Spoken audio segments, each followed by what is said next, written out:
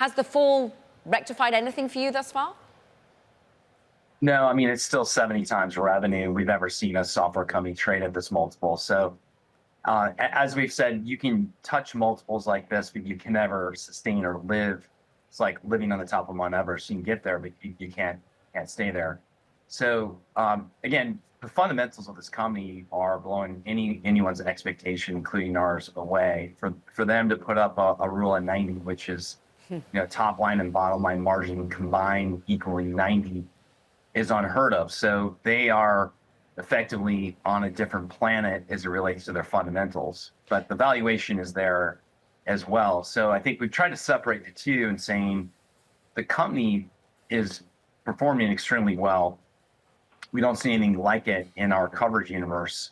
However, we have seen this before where you saw Snowflake, Datadog, others that traded at those similar multiples. They never sustained, and it was a tough fall. So the minute the revenue growth decelerates, and we've had 8 quarters of accelerated revenue growth, once you see that decel, the multiple is a concern. So do you have a view on when that phenomenal deceleration will actually have? Because you've said in your notes that you've got limited visibility, lumpiness in quarterly bookings. I mean, are this actually going to start showing up and convincing the retail investor that has helped drive it up and to the right?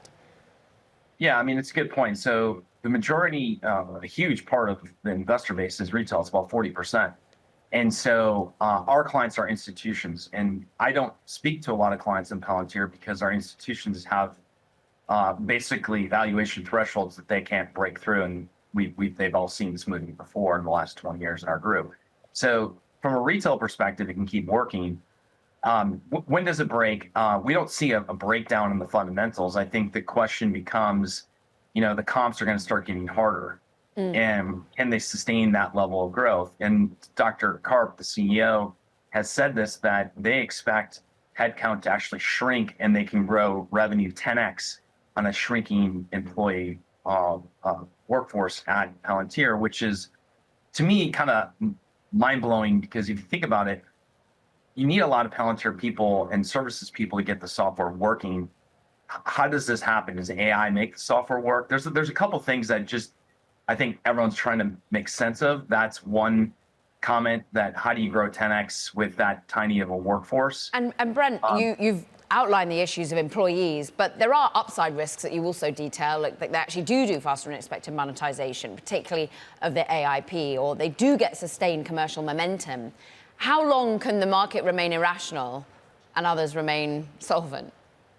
Well, the market can remain irrational for a while. Again, remember, you're dealing with a retail install base. You're not dealing with an institutional base.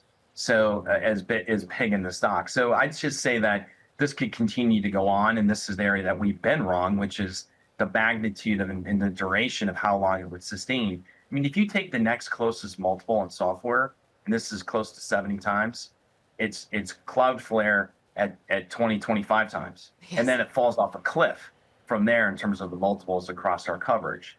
So you're just really dealing with something that is super unique. Their business is super unique. The execution has been incredible. Right. So there's been no real reason fundamentally to sell the stock other than, hey, the multiple is where it's at. So I think it's a hard one because, again, you have to give them credit. The product is working. The customers love it.